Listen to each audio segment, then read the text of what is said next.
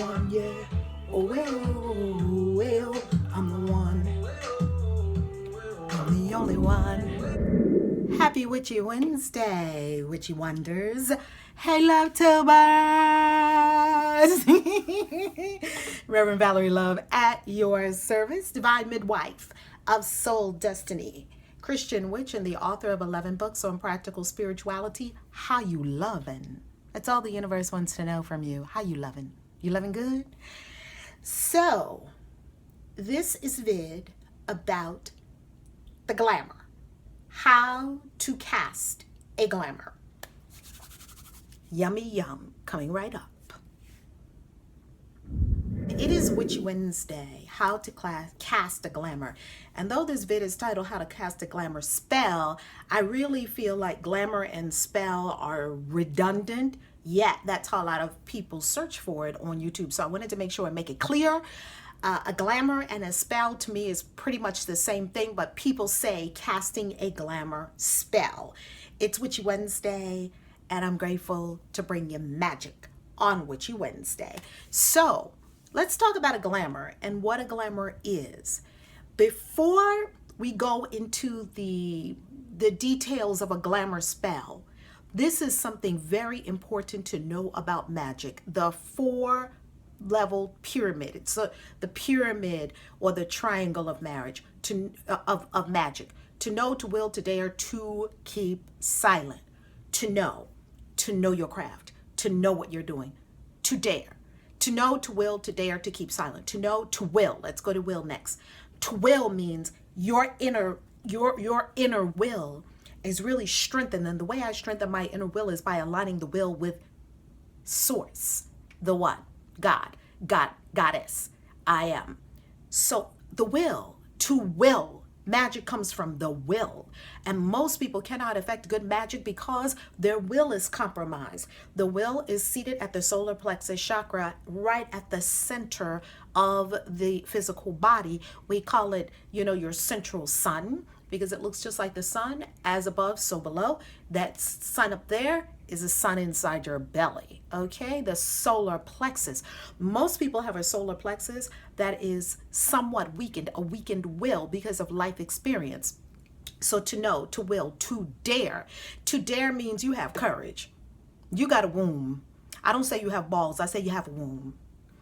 To keep silent. To keep silent is an important part of magic. We don't spread it all around. We don't talk about everything that we're creating. We know how to hold the energy within the self. It's almost like a cloak to keep silent. People will see your manifestations and they'll see your spells when they become reality in the third dimension. Now, let's go to a glamour spell. So a glamour spell, what is it? First of all, for me, a glamour is any kind of pleasingness or becomingness that you are putting on yourself for a purpose, okay? You want to become more becoming for a purpose. Perhaps you're going for a work. I've heard this before, that people have cast a glamour to go to an interview. You want to become more appealing, more becoming than perhaps you think you are. Now, if you already think you're appealing and becoming, you don't need a glamour. If you want to become even more appealing, glamorous, becoming, beautiful, irresistible, all of these things, this is all in a glamour spell, okay? So, how do you cast a glamour? This is with all magic. This is how I effect magic. I cast the glamour on myself. So I must, from within my own being, know, understand, and embody the glamour. And what is glamour? Glamour is the goddess. So and the goddess that I have chosen to embody is Isis. So if you look in my book, I'm rewriting this book. It's a tome on magic. Confessions of a Christian Witch. It will be named I Am Witch. Probably Confessions. Well, the title is still working itself out, okay? In here, I have an Isis invocation that I will be giving to you in this book. And here is the Isis invocation. Actually, it's a very powerful invocation because I wanted to embody the goddess. Pardon me, here it is, the Isis invocation. So as you can see here, if you can see it, the Isis invocation, and you can see it's a whole invocation to the goddess Isis. And because I will give you this invocation, I'll actually do it on another vid for us. And it's an invocation to literally embody the goddess. Okay, you want to embody the goddess. And for me, the goddess is beauty, glamour, is gorgeousness, is appealingness. See, because the goddess sort of casts this spell everywhere she goes, doesn't she? And if you look at all of nature is kissed by the goddess, and it's very alluring and appealing. You could spend hours in nature. It's so beautiful. You look at one flower and it's so beautiful. So that would be the first step. First, cast the glamour on yourself from actually knowing what magic is. Second, this is how I work with a glamour. Every morning, I glamour myself. Every morning.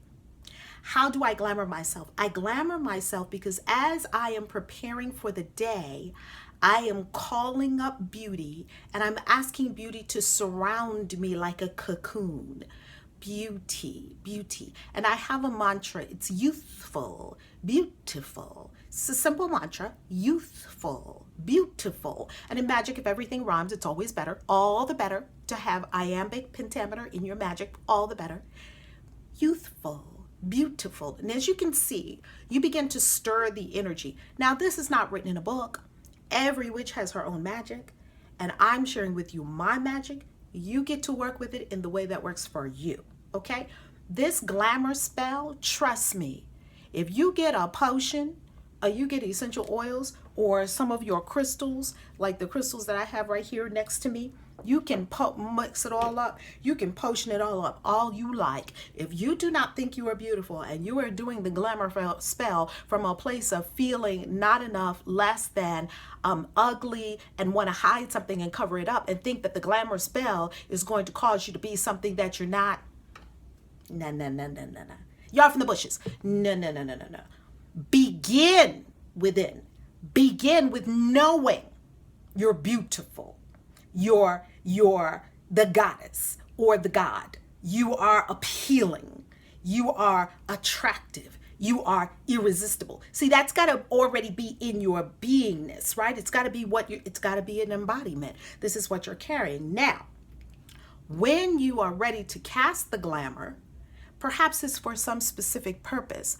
Let's say you're going on a date and you really want to be quite appealing on this date. Once again, don't do it from a place of not enough, less than, not feeling good enough. Do it from a place of knowing you're beautiful, and now you simply seek to embody this beauty, and you simply seek to let it radiate out, and for the other person, the other people around you to actually pick it up. Like, ooh, they're gonna feel this. I can't even describe it in words. They're gonna feel like, ooh, that's how they feel when you've cast a really good glamour. So start with the proper components of magic: to know, to will, to dare, to keep silent. Begin with inside a feeling of power. That's from the solar plexus, right? The will.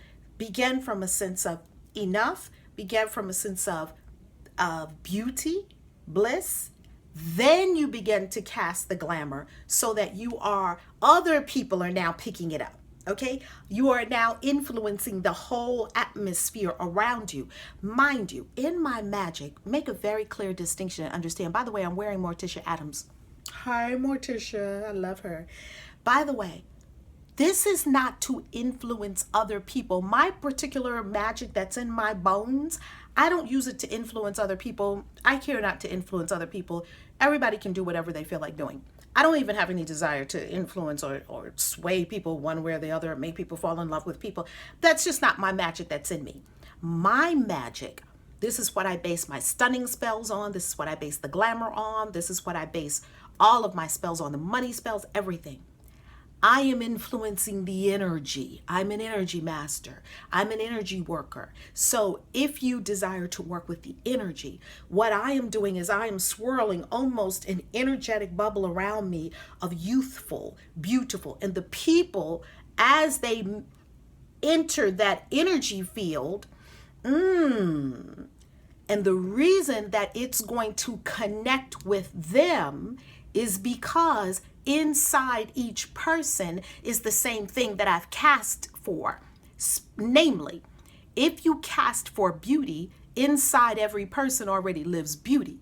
So you are simply resonating now like tuning forks to the beauty that's in them. You're waking them up. Now they have more beauty when they're around you. Now they're seeing more beauty because you just came and rung the beauty bell. You didn't influence the person to have to like you.